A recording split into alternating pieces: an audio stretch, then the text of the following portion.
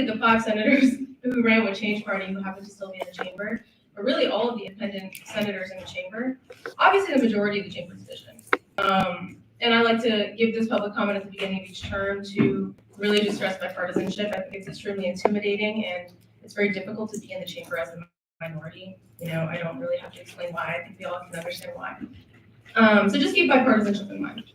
I also wanted to stress that it's much harder for the minority to reach leadership in terms of communication.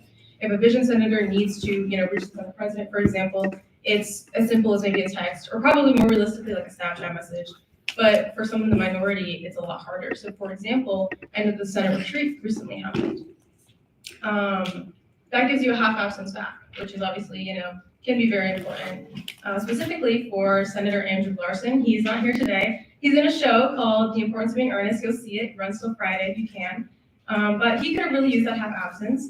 And so, so when it came to the retreat, he said that they emailed the day of the event, and the email contained a link to RSVP, but the link led to the organization's homepage. Some of the events were listed, but none had the time listed in the email. So he responded back to the email asking where and when the event was and had RSVP, but got no response. And that email that he sent was 4 hours before the event. I'm not saying it's anybody's fault, but I want to illustrate that if that were a vision senator, it may have been a lot easier to get in touch with someone. To be like, hey, where is the retreat? I can ask a friend who knows someone who knows Zion's teacher, etc. It's much harder when you're in the minority. So I just want you guys to keep that in mind when we're stressing bipartisanship. Obviously, it is on the minority, but it also is on the majority too, to reach out, right? And try to be the ones to include them in legislation, because it is very intimidating to be on, I would say on this side, but it's really just right over there, right? It's literally right there. So just keep that in mind. That part, I think you got the point. That's all I really wanted to say. Congratulations. I'm excited to see what you all do from afar. Thank you, and have a good night.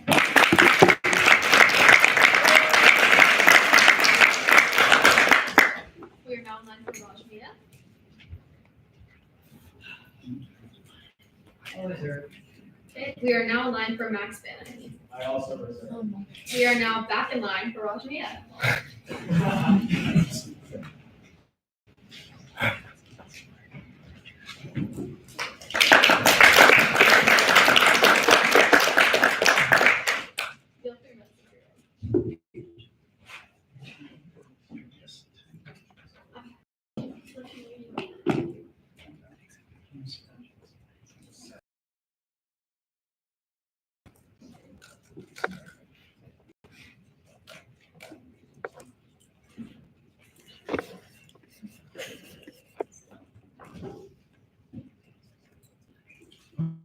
Good evening, senators. Good evening. All right, I'm old. I was in Senate for 2 years. I'm not getting back in the Senate, so I don't really expect me to show my face around.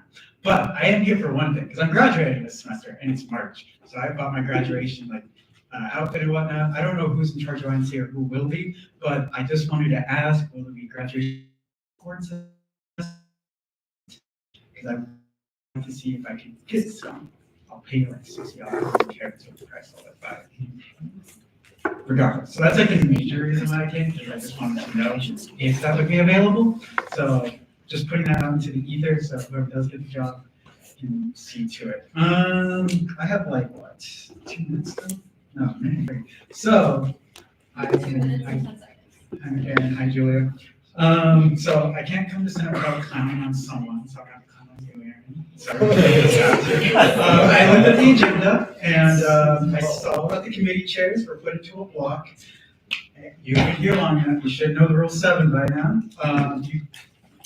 Rule 6, number 7. You can't vote on committee chairs as a block unless the motion is made in the Senate by unanimous individually. RNA cannot put them on the block unilaterally for the Senate meeting. But that is me being nitpicky. I just want to hear some clown. What else? There's another thing I wanted to bring up, since you guys are all a new group, there's 90 of you guys in one party, so you guys should be able to get things legislatively done. You control your branches. Why can't I pay with cash in the rights union? I have to pay with card. I have a card, I'll pay with that, but there are students who primarily get paid in cash and tuition on campus. At least a resolution or talking to people in the rights union or business that services would be nice for any of these senators to do so. I feel like it's kind of like an injustice not to have that option open. Like everything is digital almost now on campus. Having cash as a way to pay for things seems pretty fair. Also, most businesses will still do that. They have all options. What was the other thing? And I talked about graduation stalls. I talked about rights. I commented on Aaron. Yeah, I was in Senate for 2 years. Looking back on it, I don't think it was that fun. I did meet some nice people, some people who would probably come to my wedding, other people who I would not want to see for like a day again. Hopefully, your time in Senate isn't as tumultuous as mine. I entered Senate officially when I was elected in spring 23. Senate did not function for around 6 meetings. Yeah, like the opposite party just continuously walked out when we tried to do our jobs. That was sad. But yeah, so hopefully you don't have an experience like that. Hopefully you make this as a fun environment. And Aaron, follow the rules. Please. Unfortunately, that's time. We are now in line for Max Bed.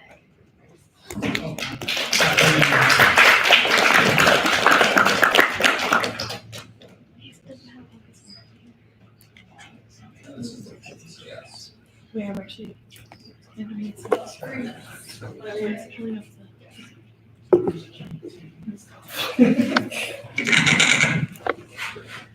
Good evening, Senators. Good evening. I come to you as a grateful and newly enfranchised concerned citizen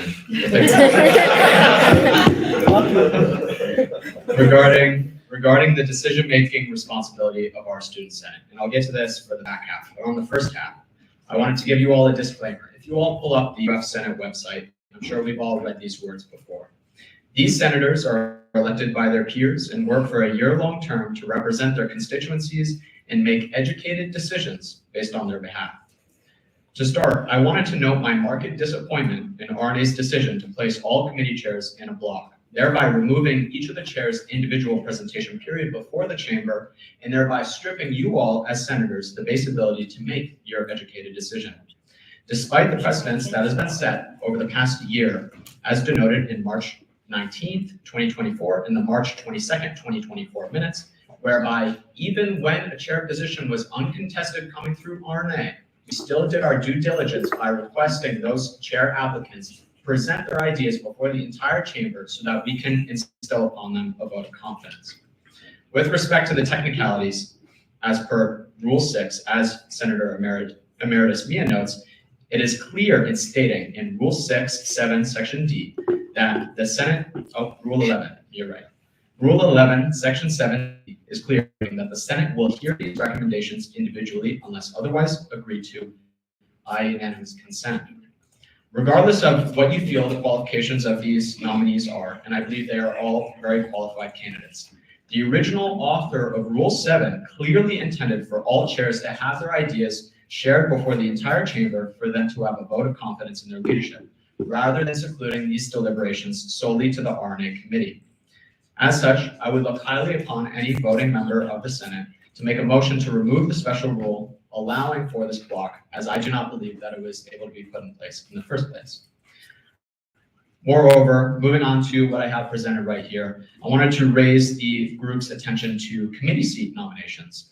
This is something that I brought up in prior comments with respect to my RNA minority report. However, one thing that I believe the 200 codes does a bit better with respect to executive nominations is the ability for our student body president to nominate actually up to 2 people for every given role. And the opportunity to hear these nominations, debate them, and go with the most qualified applicant. Unfortunately, that verbiage in the 200 codes, which I have presented up here, is not reflected in our own RMP in the Senate. You can see there with Rule 11 again projected. It only instills RNA the ability to place upon these nominees upon the Senate, but it does not say what the max is, nor that it has to be one in the first place. Which is why I come before all of you tonight and looking for collaboration on potentially allowing for 2 people. Send me a text. Thank you all.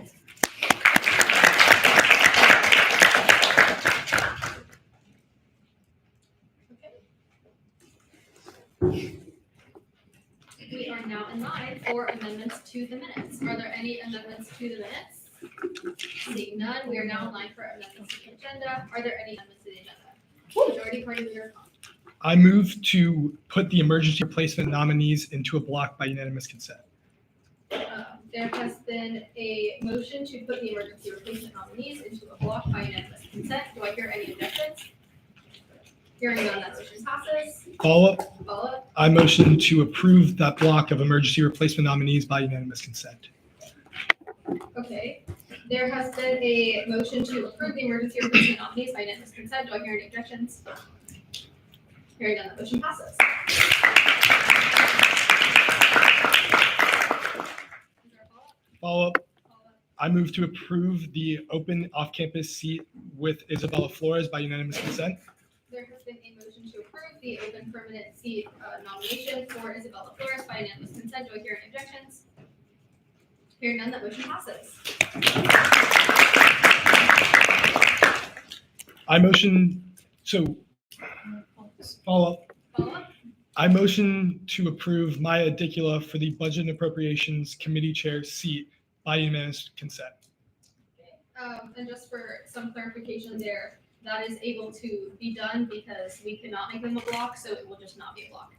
Okay, there has been a motion to approve Maya Adicula for the open budget and appropriation seat by unanimous consent. Do I hear any objections? Hearing none, that motion passes. Follow-up, I motion to approve Matthew Bravo for the open judiciary chair seat by unanimous consent. There's been a motion to approve Matthew Bravo for the open judiciary chairman seat by unanimous consent. Do I hear any objections? Hearing none, that motion passes.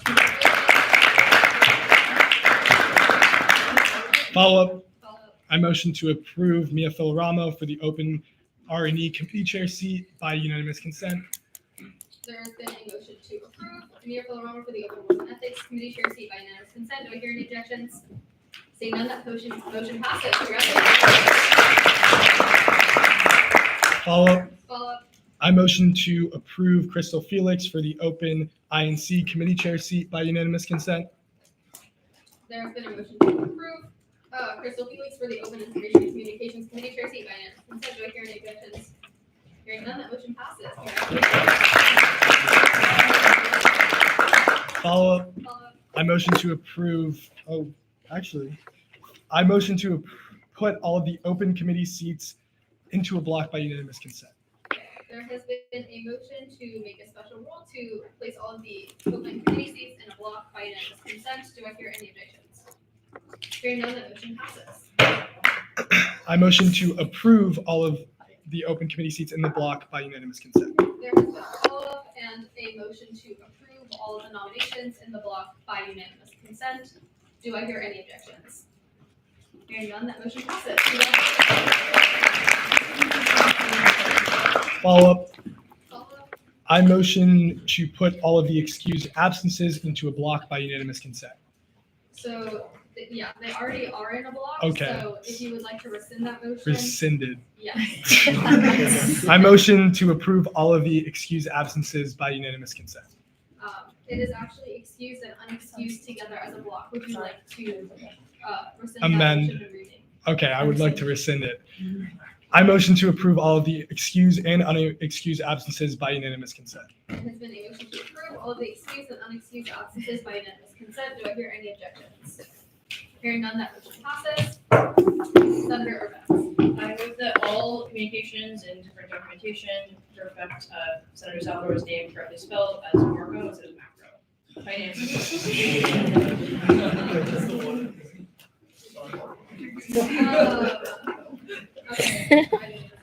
Yeah, there has been a motion to amend, I guess it's the voter record, to reflect Marco Salvador as the correct spelling as opposed to Macro Salvador. Are there any other motions at this time? Seeing none, do I hear a motion to adopt the agenda? I move to adopt the agenda. So moved. That motion has passed. That agenda has been adopted, and we are now in line for student body officer reports. Is there anyone from the president's office? The vice president's office, Yes. from the treasurer's office. Okay, we are now in line for my reports. Hey, everyone. Congratulations, first of all, to all of the amazing new senators who just got approved and for all of you who just got approved for committee seats or committee chair seats. There is going to be first a presentation by Jackie, who is our Senate advisor, on public record requests. And then after, I'm going to pick back up the president's report and deliver some news.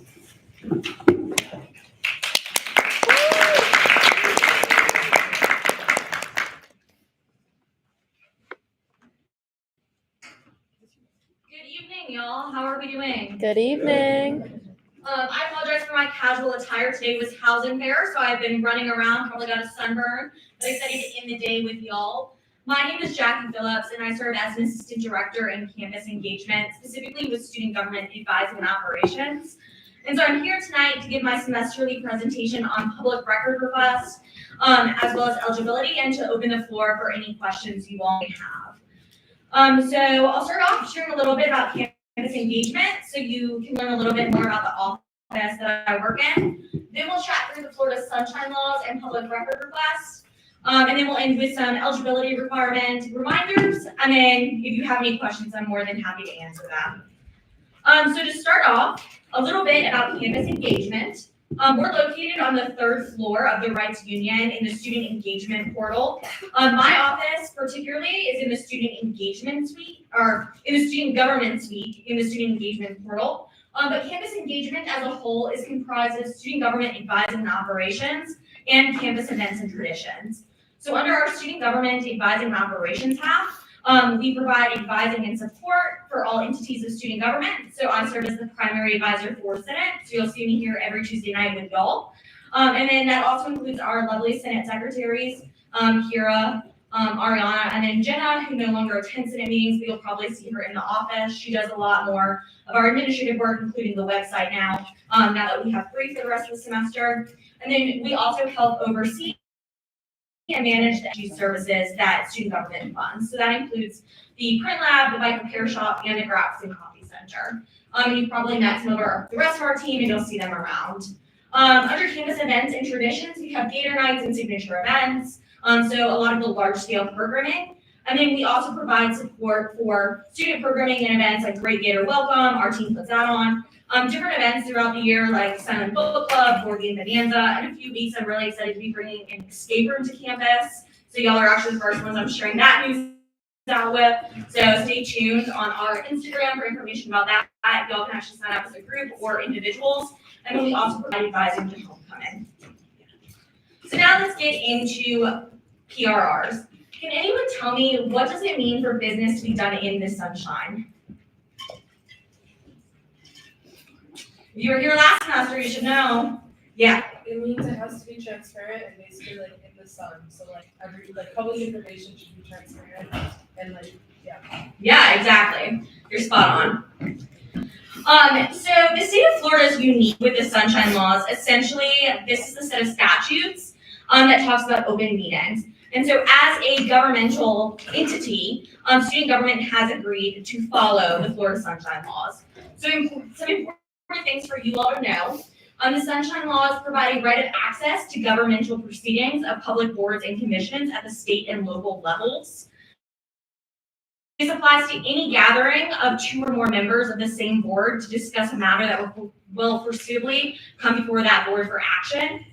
An important note of this is it only applies to meetings where there's decision-making being done. So this does not apply to meetings where you're just information gathering or fact-finding. So think about like a forum, if someone was to host a forum. You don't necessarily need to public notice that. You should advertise it. You should tell the student body about it. But we don't need to formally public notice it because you're not making decisions for that event itself.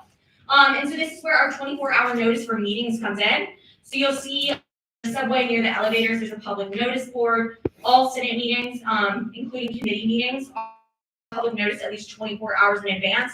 This is essentially allowing the student to know, hey, this is when the Senate's meeting, and then they can come and join. So all Senate meetings must be open to the public, and there has to be at least 24 hours notice for them. Additionally, part of the Florida Sunshine Laws includes the public records process. And so a public record is all materials, regardless of physical form or means of transmission, made or received. Is that the public has access to just about anything that you write, whether it's a letter, an email, a business. If it has anything to do with your work as a senator, that can be requested by the public. I don't say that to scare you, but I want you to be informed about that so you can make educated and smart decisions as you're working on and working on things as a senator. And so the location of the record does not determine whether version and format are irrelevant. It's strictly based on the content. So if it has anything to do with Senate, whether it's a resolution, talking about committee business, anything of that sort, it is considered a public record. And all public record requests are submitted through the U.S. Public Records portal hosted by General Counsel. And we'll talk a little bit about that process in just a minute. So what is not a public record? Any ideas? Yeah, Cassie. Making plans for the fellow senator. Exactly. If you're making social plans, yep, that is not a public record. I encourage you to do that with one another, but that would not be considered public record. Any other ideas of what is not a public record? Yeah, Lucas. Appointments, stuff like that. Yeah, exactly. Yeah, if it has nothing to do with Senate, that wouldn't count. A few other things that are not public record includes personal notes and records. So these are notes designed for personal use, so to jog your memory, and that are not shared. So if you're sharing a meeting and you're not sharing them out with anyone, that is not considered a public record. However, if you share it, you take a picture of them and send it to a fellow senator, send it to a friend, that is then making it a public record.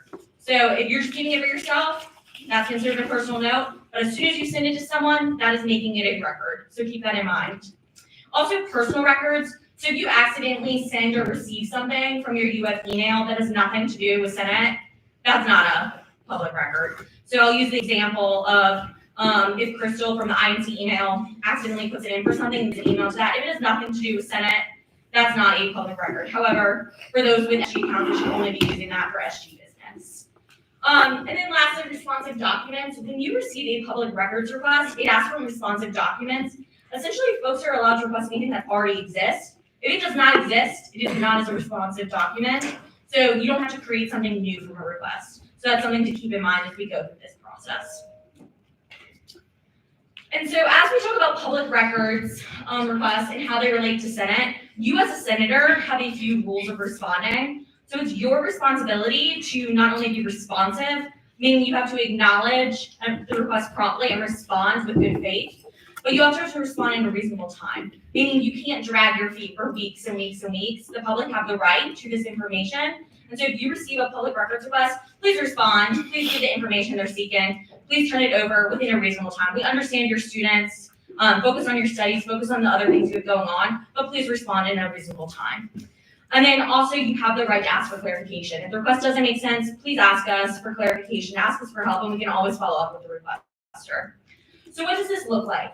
If someone submits a request to the UFPR Center portal, that will get sent to our office. So Yolanda, our office manager, oversees our public records request process. So if anyone in student government receives a public records request, it gets sent to Yolanda, and then she will send it out to the appropriate people. So if you as a senator receive a public records request, you'll receive an email from Yolanda, and I will be CC'd, and it will include the information they're asking for. And then you just need to respond in PDFs with that information. So if you have pictures, if you have emails, please save them as PDFs and send it back to her. Once again, within a reasonable time, and please make a good faith effort to actually turn over the correct documents. And if you ever have any questions, the reason she CCs me is that I'm here to help you. I am more than happy to chat through what's considered part of the request. Any questions about PRR? Many of you will not receive one during your time as a senator, but I do share this information since it is something that you essentially as a senator have agreed to be a part of and want you all to be aware of, just so that you, once again, make smart decisions. If it's not something you want on the front page of the Alligator, maybe don't be sending it in a text, but I encourage you to think about that, but remember, the public does have the right to this information. And then lastly, eligibility requirements. In addition to when you run for Senate, you must maintain these eligibility requirements throughout your time in Senate. Enrolled as a full-time student, to have a cumulative 2.5 GPA if you're an undergrad or a 3.0 for our graduate students. You have to be within good standing with institutions and not on conduct probation. And then you also cannot have any delinquent financial obligations to the university. And then lastly, you have to remain living in the area or be enrolled in the college in which you represent. The only exceptions to that rule is in residence halls over summer. Obviously, if your residence hall is closed, you can't continue living there. And same with if you are in a freshman or sophomore seat. Obviously, if your credits change, the Constitution and codes do allow you to remain in that seat. But if you ever have any questions about your eligibility, feel free to reach out to me. I'm the one that does eligibility checks for Senate on a regular basis. And as we go into summer, senators are only required to take one credit. So if you're going to be here over the summer, you just need to be enrolled in one class, one credit for the entirety of summer. It doesn't matter if it's summer A or B or C, just one credit for any part of summer if you're going to be serving in your seat, except for the folks that are in the professional schools. There's some exceptions within the codes. We can chat for that individually if that applies to you. But any questions about PRRs or eligibility? No? Well, thank you, Julia, for this time tonight, and I'm looking forward to getting to know you all throughout your terms. Like I said, I always sit in the back. I'm in the SG office right next to Erin and Julia's offices. I'd encourage you to stop by. Please introduce yourself. I'd love to chat through your ideas, your initiatives. I'm here to support you however you need. I'm excited to get to know you all, but thank you all and have a good rest of your night.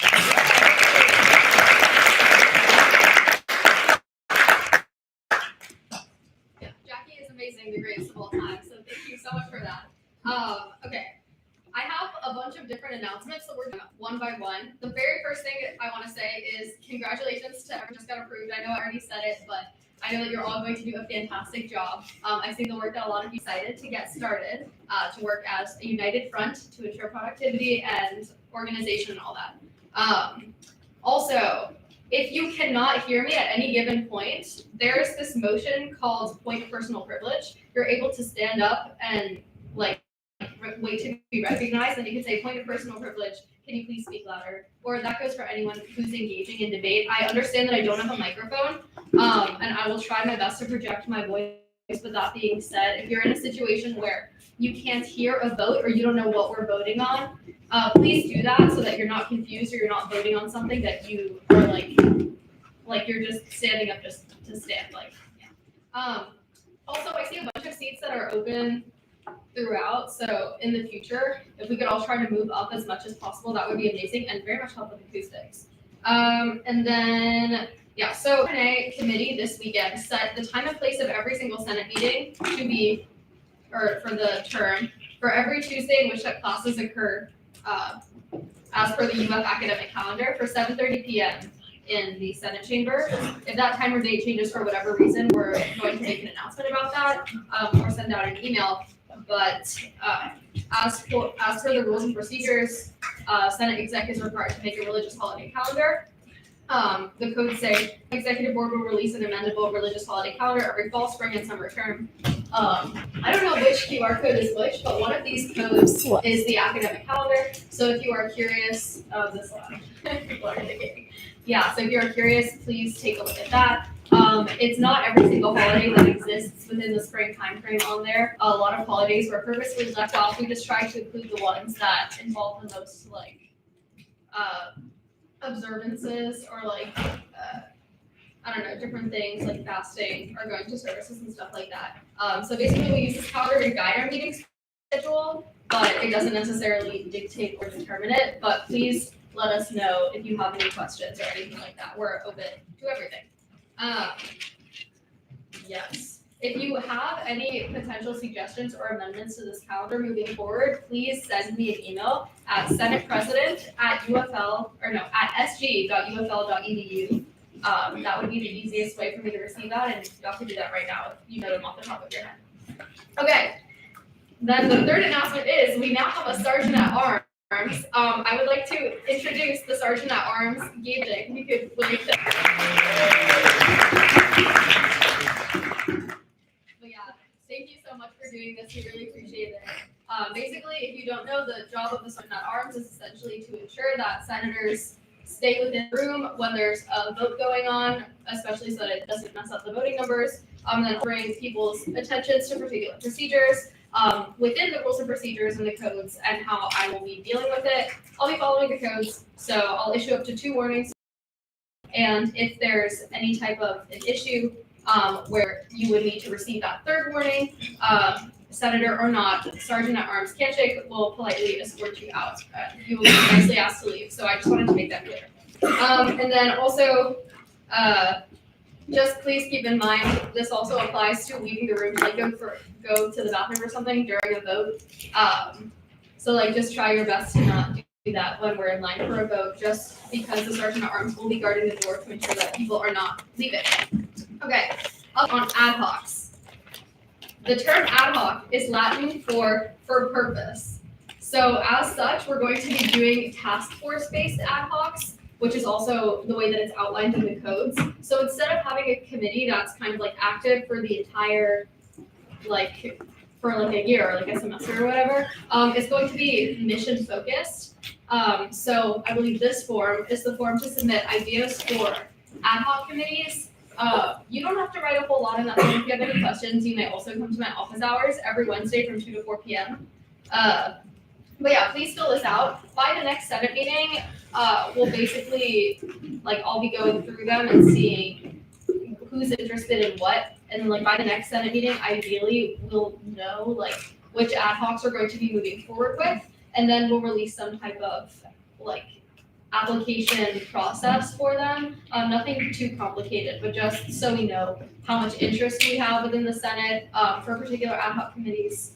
And yeah, anyone can offer up ideas, whether you're new to Senate or not. I've seen plenty of totally new senators have great ideas for ad hocs before and lead them successfully.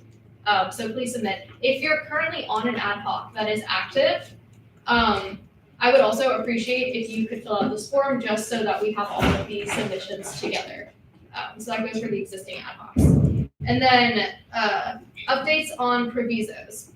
So the Judiciary Committee is going to probably go more in depth over this, like as people submit legislation and as you come to the Judiciary Committee to defend your bills. I did just want to kind of announce that the entire mission of my term is to make Senate as productive as humanly possible, and we can get a ton of initiatives done if we go through the correct avenues. As such, in order to encourage senators to actually like be reaching out to members of administration or appropriate people, whether it's like the executive branch or other student organizations, we're going to be highly encouraging everyone to basically reach out to people before putting them in a proviso or even like passing a particular piece of legislation.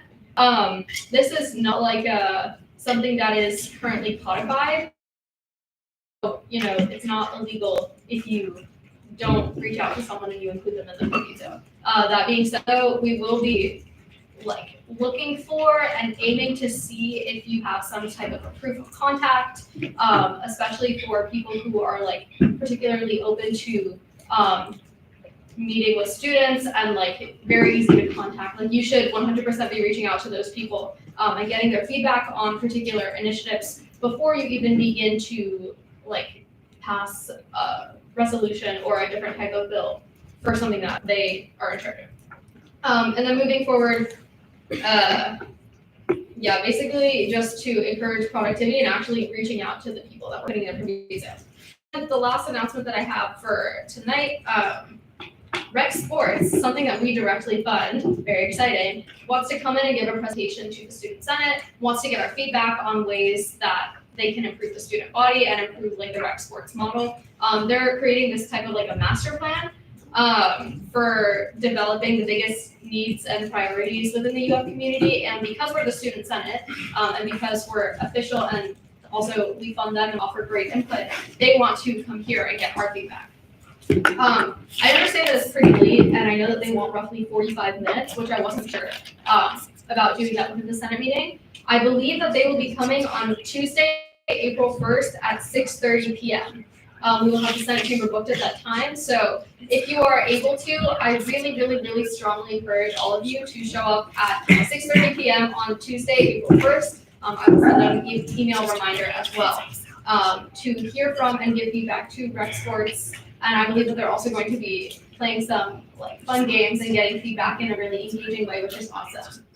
So it's just really good to see that there's different areas of campus that we directly fund that want to continue to get our feedback. And then the very last thing, before we hear from RNA, I did just want to say my phone number out loud, just in case like anyone has any type of an issue and you email and I don't respond, but it's something that's time sensitive. I'm just going to say it. My phone number is 305-965-4312. So hopefully there will be no issues moving forward, particularly with different types of communication, and just making sure that everyone in the Senate chamber is able to reach out to me at all times. And we are now in line for replacement and agenda committee recommendations. There are none. We are, there's no more. Okay, we are now in line for committee reports, starting with our replacement and agenda committee chair, Erin Gomez.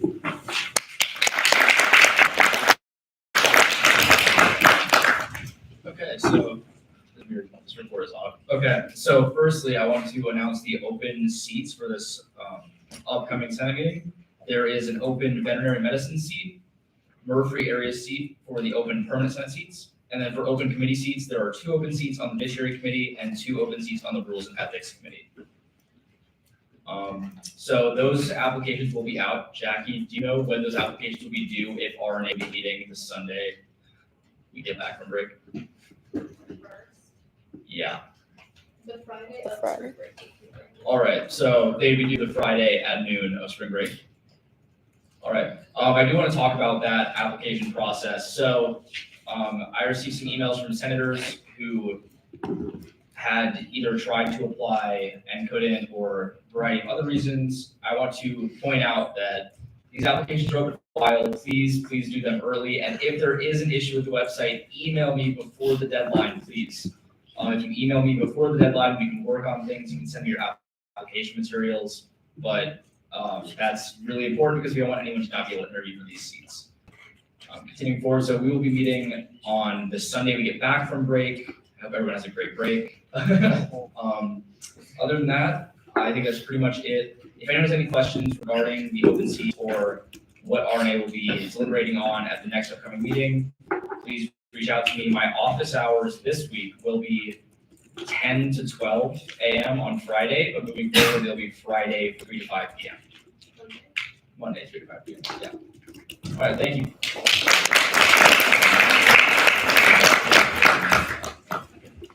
We are now in line for the Judiciary Committee report. Will Judiciary Chair Bravo please do the report?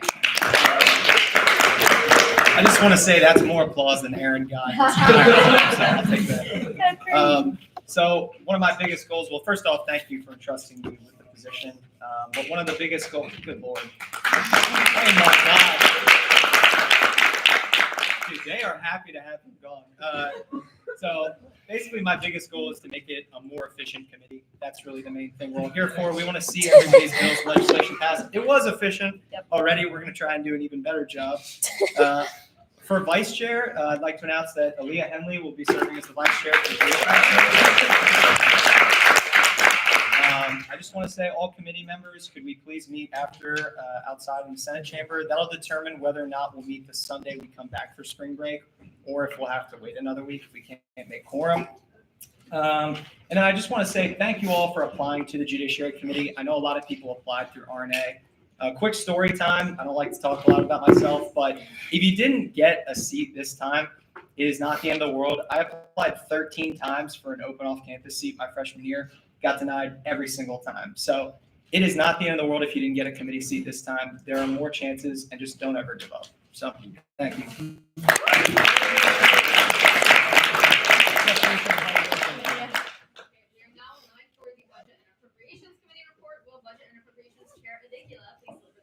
That's crazy.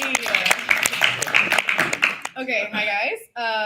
I'd like to say what Matthew said. Thank you so much for entrusting me with this position. Budget was the longest committee I've served on, and I truly am so honored to be chairwoman this year. That's absolutely crazy. I would like to say, well, first off, I want to thank Vice Chair Bennett for taking over and doing so well with budget this week and being in charge of email. Can we please give him a round of applause? He's also been my right-hand man. I've been literally staring at the 800 codes the past week. So It's been really helping me, and I appreciate that. So I'm gonna go right into my budget chairwoman duties. I want to announce some dates because DocuTrack is opening very soon. So DocuTrack opens for base funding Monday, March 24th at 9 a.m.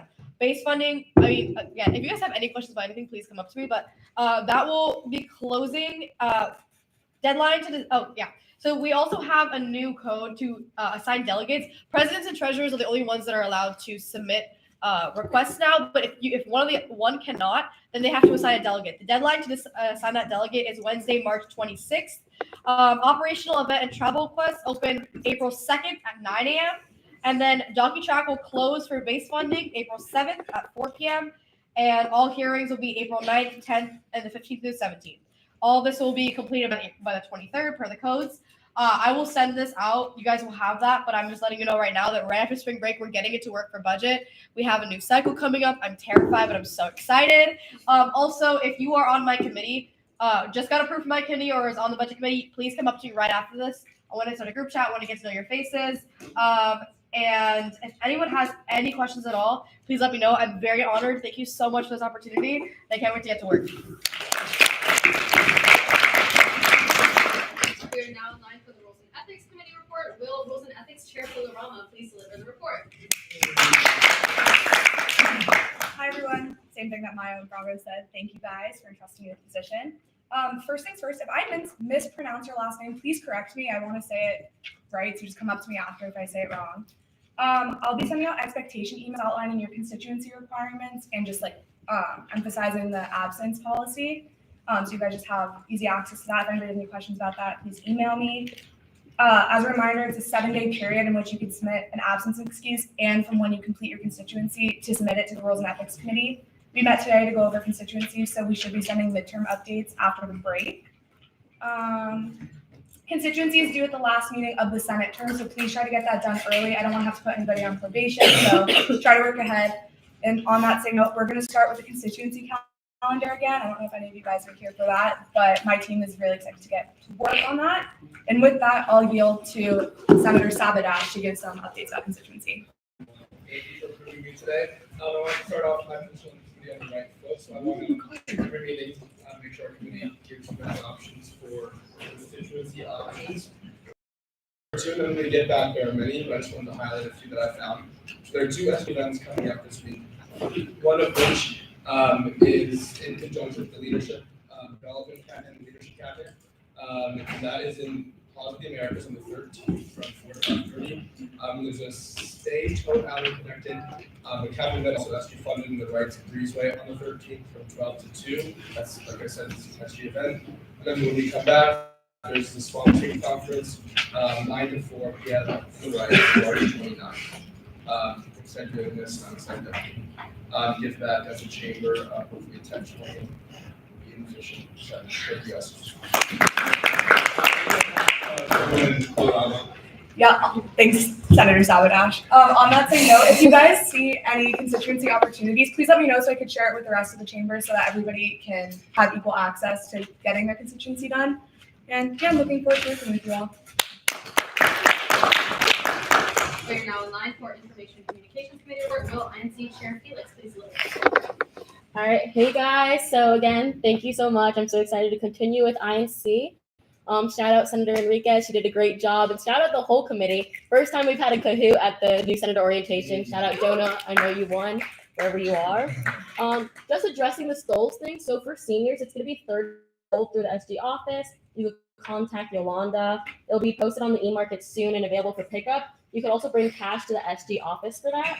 And a few other things. I know merch. So if you saw my email, merch will be pushed back. Unfortunately, there was some water damage, but those will be ready and distributed when we come back from spring breaks. Also, if you guys haven't gotten the chance, make sure you check out the new Senate roster. Shout out the Senate secretaries. It looks amazing. And if you haven't done your headshots or signed up for that, make sure you go into your email, look up updates from the INC chair email, and make sure you sign up for a slot. Or we also gave the other option of filling out the form. If you have a headshot that was taken in Plaza, professional, and has no added graphics, you could go ahead and upload that as well. And then tabling. I know we've been talking about constituency a lot. Check out the newsletter I sent out for the months in March, but when we come back from break, I'm going to have that sign up for tabling as well, and we have a few more dates in April too. And shout out Jack on the committee. He made the Reels for Resolution form, so look out for that as well. And that's all for me. Thank you, guys. We are now in line for the first reading. There are none. We are now in line for voting for second reading. There are none. We are now in line for voting for third reading. There are none. We are now in line for voting signature. There are also none. We are now in line for announcements. Are there any announcements? Senator Urbans.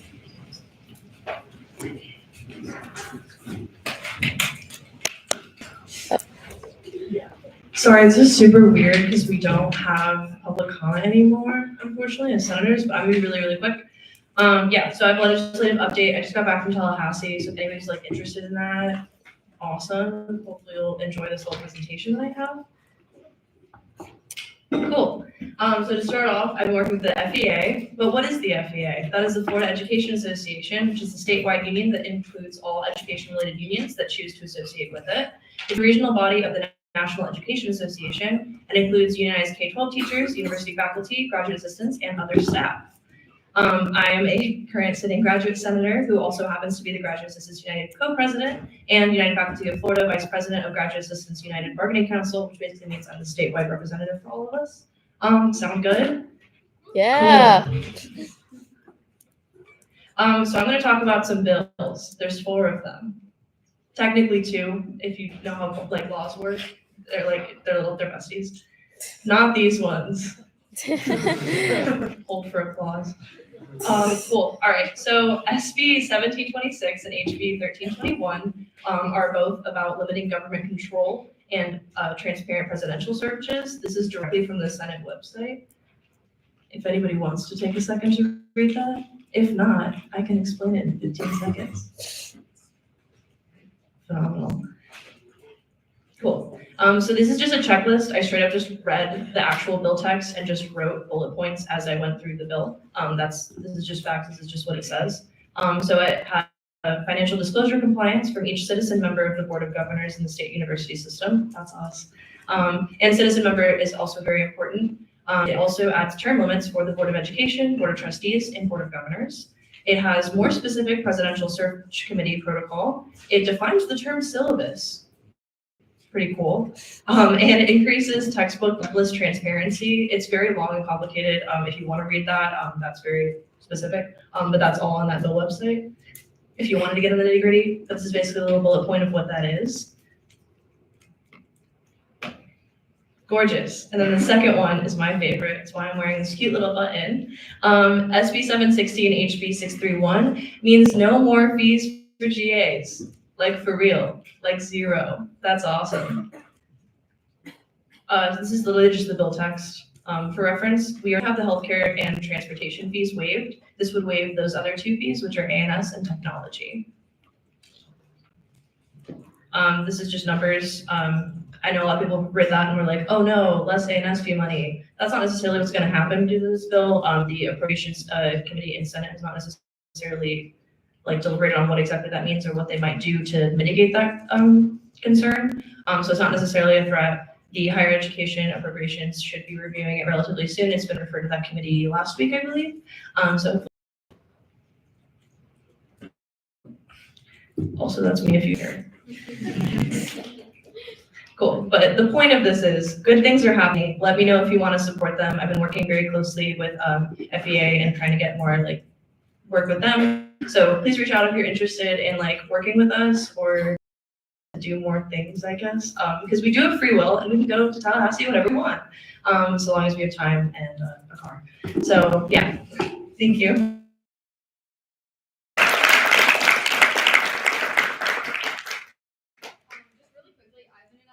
I did not say when the ad hoc form was due. That's my bad. It's not necessarily like a super hard deadline. If you submit like later or like closer to Tuesday, just let me know. But I'm going to be looking at it over the weekend, so please try to have it submitted like before Saturday, because that's when we all go on spring break. So that would be awesome. If you need more time and you want to submit it during spring break, you're able to just like let me know. And I had sent my phone number earlier, and you're more than welcome to email me. Senator Pinrock. Awesome. Hey everyone. So Senator Sharma and I are creating a mental health survey for the CWC. And we're doing kind of like a mock trial, just like our research. We're presenting it to the IRB and stuff. So this is gonna be really helpful, and we're doing it with all of y'all. So look on the Senate Close Friends story and fill that out so we can do it.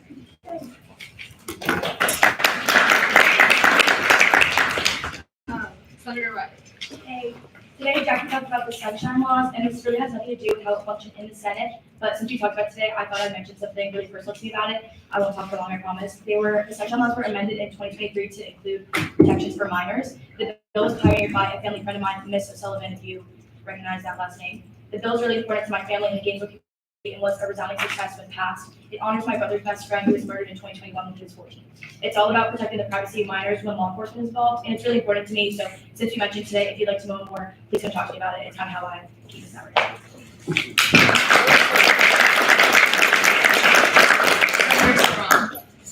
Hi guys, I'm Senator Trayvon, and today Senator and I had our first meeting caucus meeting. If you guys are interested in joining, I would definitely encourage anyone and everyone to join. And we have authored a legislation that's currently released, so if anyone wants to sponsor that, please let her or I know. And then we have our application open for vice chair advocacy and vice chair of external affairs. So if you guys are interested in joining and applying for that, just come to us.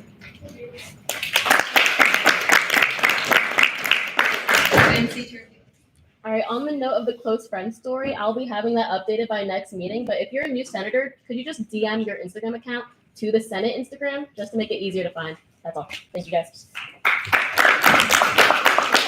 Seeing as there are no more announcements at this time, I adjourn the meeting at 8:38 p.m.